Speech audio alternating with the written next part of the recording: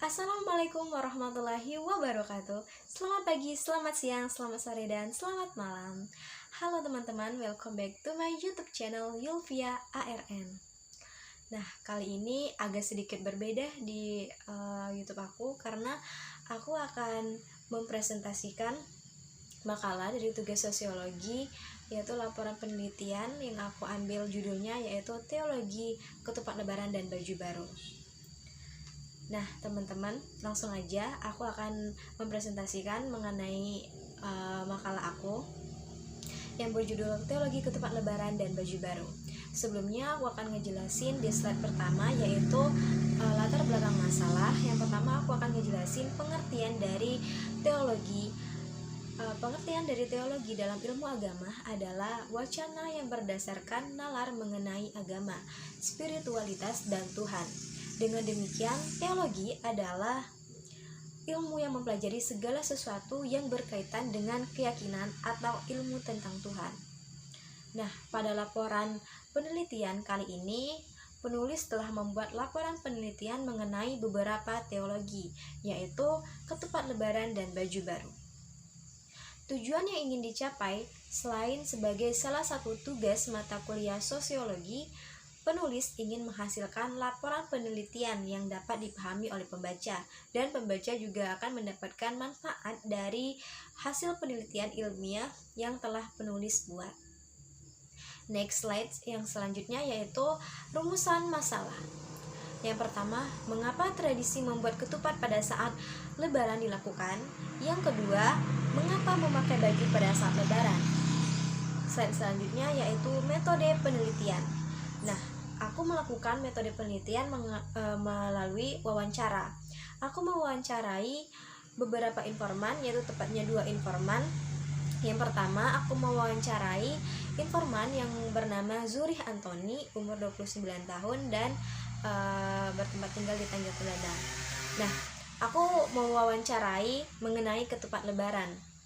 Dan yang kedua, informan kedua yaitu bernama Deka Mariana, umur 25 tahun dan juga bertempat tinggal di Desa Tanjung Terdana, Bengkulu Tengah.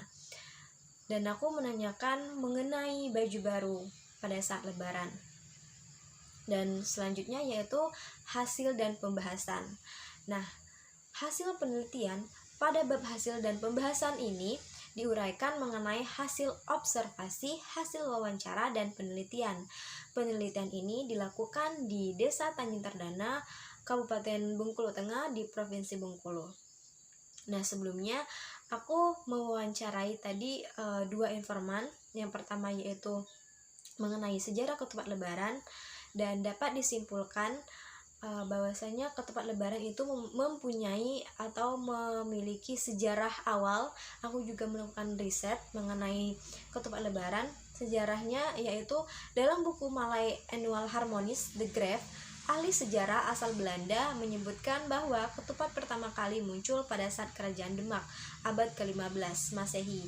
Dalam catatannya, ketupat diperkenalkan oleh Sunan Kalijaga kepada masyarakat umum.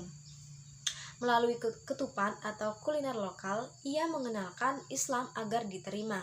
Adapun dalam filosofi budaya Jawa, ketupat memiliki makna khusus, yaitu ketupat atau kupat merupakan kependekan dari kata ngaku lepat atau ngaku salah, dan juga laku papat yaitu mengakui kesalahan 4 tindakan.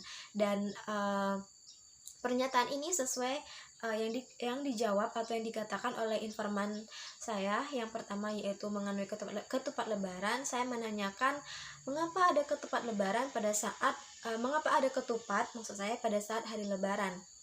Dan ia menjelaskan bahwa tradisi ketupat pada saat lebaran khususnya di daerah kami itu sudah dilaksanakan pada dulu-dulu, dan tidak tahu pada mulanya kapan tepatnya di desa atau di daerah kami.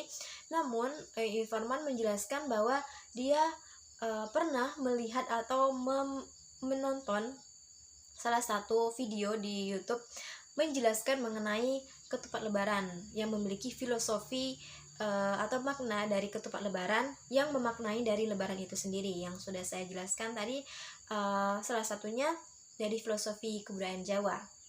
ngaku lepat dan juga laku papat. Dan ngaku lepat yang artinya mengaku salah, dan juga laku papat yaitu mengakui kesalahan 4 tindakan. Apa sih mengakui apa saja mengakui kesalahan 4 tindakan itu? Yang pertama ada lebaran, luberan, leburan, dan juga laburan. Dan selanjutnya yaitu slide selanjutnya mengenai baju baru pada saat lebaran. Sejarah baju baru. Dan saya melakukan riset, saya mendapatkan penjelasan mengenai dari seorang penasihat utusan pribumi untuk pemerintahan kolonial Belanda, yaitu Snok Hargronje, mencatat kebiasaan atau tradisi baju baru saat lebaran dimulai awal abad ke-20. Hal ini dibuktikan dalam suratnya kepada Direktur Pemerintahan Dalam Negeri tanggal 20 April 1904 yang termuat dalam buku nasihat-nasihat Snok Hargronje semasa kepegawaiannya di pemerintahan Hindia Belanda pada tahun 1889 sampai tahun 1939 jilid 4. Dan sebenarnya dapat disimpulkan juga dari hasil wawancara saya kepada informan yang bernama Deka Mariana mengenai baju baru pada saat lebaran. Intinya dia menjelaskan bahwa sebenarnya pada hari raya Idul Fitri kita tidak harus membeli atau memakai baju baru, tetapi memakai pakaian yang terbaik. Hal itu telah dikatakan dalam sebuah hadis Rasulullah Shallallahu Alaihi Wasallam yang menganjurkan umat Muslim untuk mengenakan pakaian terbaiknya di 2 hari raya, yaitu hari raya Idul Fitri dan juga Idul Adha.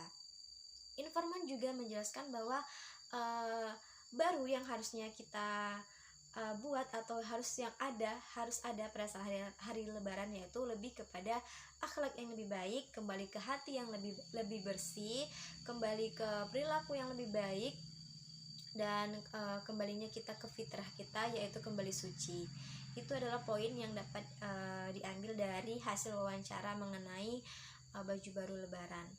Dan selanjutnya yaitu terakhir kesimpulan dari hasil penelitian saya, yaitu dapat disimpulkan bahwa teologi mengenai ketepat lebaran dan baju baru ternyata ada sejarah awalnya, sehingga kita tidak sekedar melakukan kebiasaan-kebiasaan tanpa tahu sejarah atau asal-usul dari kebiasaan atau tradisi tersebut. Dan kebiasaan dan tradisi pada saat lebaran ataupun menjelang lebaran tersebut itu juga memiliki makna filosofi di dalamnya yang mengandung makna lebaran itu sendiri.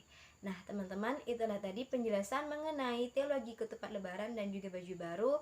Semoga teman-teman di rumah mendapatkan informasi dan manfaat dari penjelasan yang saya jelaskan tadi.